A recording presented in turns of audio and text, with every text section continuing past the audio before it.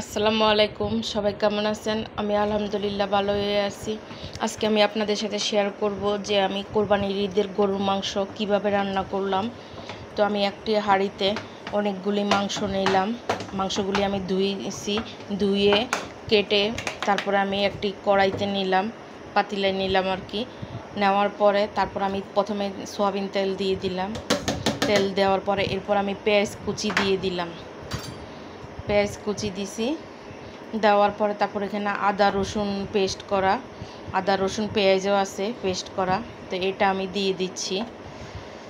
কোরবানির ঈদে খুব বেশি কিন্তু মশলা লাগে না, এই মাংস এমনিতেই অনেক মজা হয়, অনেক ভালো লাগে মানে খেতে আর কি। তো আমি আদা রসুন দিয়ে দিছি। আদা রসুন দেওয়ার পরে তারপরে আমি হলুদের গুঁড়া, মরিচের গুঁড়া, জিরার গুঁড়া আর লবণ এগুলি আমি একসাথে দিয়ে দিলাম। এই যে এরপর আমি যেটা দিব, যেই গুঁড়াটা দিব ওখানে 15 রকমের মশলা আছে। ওই 15 রকমের মশলা আমি একসাথে গুঁড়া করছি, আমার চ্যানেলে দেওয়া আছে আমি কিভাবে 15 রকমের মশলা গুঁড়া করছি।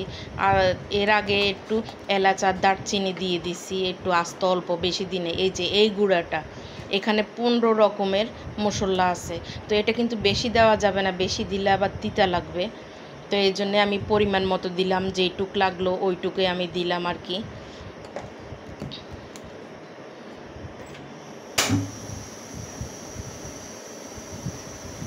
তো এবার আমি এটাকে ভালো করে নেড়ে চেড়ে নিব। আমার রান্নাটা যদি ভালো লাগে আপনারা আমার ফেসবুক চ্যানেলটা লাইক কমেন্ট শেয়ার করবেন এবং ইউটিউব চ্যানেলটা সাবস্ক্রাইব করে দিবেন। আমার ইউটিউব চ্যানেলের নাম শাহানার রান্নাঘর। এই যে মাংসটা আমি একটু নেড়ে দিলাম। অনেক মাংস, তো এটা হাঁড়িটা মানে ক্যামেরাতে হয়তো মনে হয় ছোটো মনে হয়, কিন্তু অনেক বড় পাতিলাটা, এটা নাড়তেও অনেক কষ্ট। এই যে আমি যেইটুক পারছি আর কি ওইটুক নেড়ে নেড়ে নিচ্ছি। তো এই যে আমি কিন্তু আলাদা কোনো পানি ব্যবহার করিনি এই মাংসতে, এটা মাংসর থেকে পানি বের হয়েছে, ওই পানিতেই এই মাংসটা হয়ে গেছে। কোরবানির ঈদের মাংসটা একটু আলাদা পানি দেওয়া লাগে না, আলাদা একটু পানি দেওয়া লাগে না, এটা মাংসর থেকে যেই পানি বাইর হয়েছে ওই পানিতেই হয়ে গেছে। তো এই যে আমি মাংসটা ভালো করে নেড়ে চেড়ে নিচ্ছি। এই যে মাংসটা প্রায় হয়ে আসছে, এই যে প্রায় হয়েই গেছে। আপনাদের কাছে কেমন লাগলো আপনারা কমেন্টের মাধ্যমে কিন্তু জানাবেন।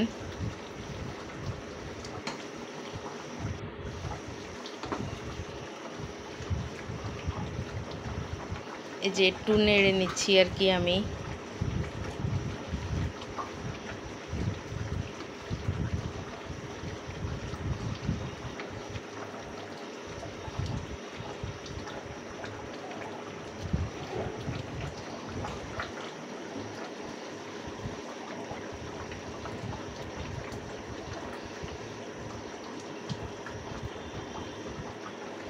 এই যে মাংসটা আমার নাড়া হয়ে গেছে, মাংসটা প্রায় হয়েই গেছে, তারপরেও একটু নেড়ে চেড়ে নিচ্ছি আর কি।